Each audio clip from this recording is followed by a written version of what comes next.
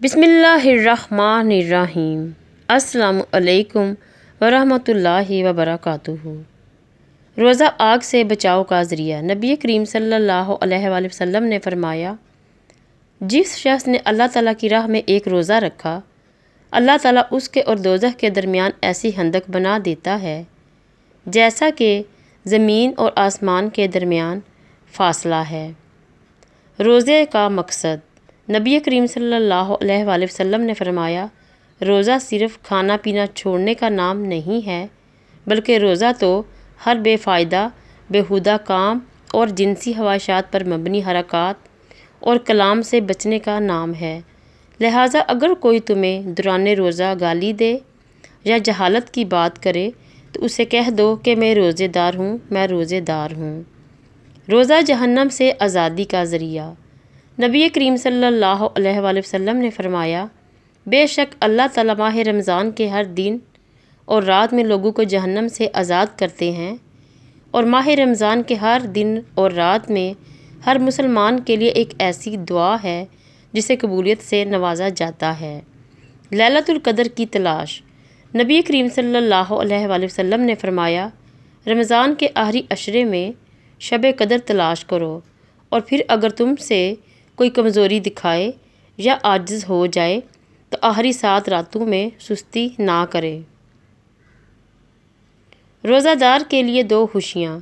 نبی کریم صلی اللہ علیہ وآلہ وسلم نے فرمایا، روزہ دار کو 2 خوشیاں حاصل ہوتی ہیں، ایک اس وقت جب وہ افطار کرتا ہے تو خوشی محسوس کرتا ہے، اور دوسرے جب وہ اپنے رب سے ملاقات کرے گا تو روزے کا ثواب دیکھ کر خوش ہو جائے گا۔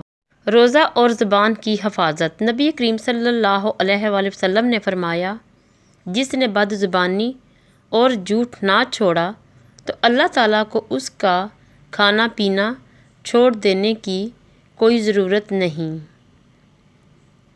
روزہ آگ سے بچاؤ کا ذریعہ۔ نبی کریم صلی اللہ علیہ وآلہ وسلم نے فرمایا، روزہ ایک ڈال ہے جس کے ذریعے انسان جہنم سے تحفظ کر لیتا ہے۔ روزہ ڈال ہے اور آگ سے بچاؤ کا ایک مضبوط قلعہ ہے۔ صدیقین اور شہداء کا ساتھ۔ ایک شخص نبی کریم صلی اللہ علیہ وآلہ وسلم کے پاس آیا اور اس نے کہا، اے اللہ کے رسول صلی اللہ علیہ وآلہ وسلم، اگر میں گواہی دوں کہ اللہ تعالیٰ کے سوا کوئی معبود نہیں اور آپ صلی اللہ علیہ وآلہ وسلم اللہ تعالیٰ کے رسول ہیں، اور میں 5 نمازیں پڑھوں، زکوٰۃ ادا کروں اور رمضان کے روزے رکھوں اور اس کا قیام بھی کروں، تو میں کن لوگوں میں سے ہوں گا؟ آپ صلی اللہ علیہ وآلہ وسلم نے فرمایا، صدیقین اور شہداء میں سے۔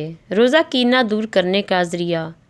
نبی کریم صلی اللہ علیہ وآلہ وسلم نے فرمایا، صبر کے مہینے یعنی ماہ رمضان اور ہر مہینے کے 3 روزے رکھنا سینے کے کینے کو دور کر دیتا ہے۔ روزہ اور سفارش۔ نبی کریم صلی اللہ علیہ وآلہ وسلم نے فرمایا، روزہ اور قرآن قیامت کے دن بندے کے لیے سفارش کریں گے۔ روزہ کہے گا، اے میرے رب، میں نے اس بندے کو کھانے پینے اور اپنی خواہشات پوری کرنے سے روکے رکھا، لہٰذا اس کے بارے میں میری سفارش قبول فرما۔ قرآن کہے گا، اے میرے رب، میں نے اس بندے کو رات کو سونے سے روکے رکھا قیام کے لیے، لہٰذا اس کے بارے میں میری سفارش قبول فرما۔ چنانچہ دونوں کی سفارش قبول کی جائے گی۔ رمضان مبارک۔ اللہ نگہبان۔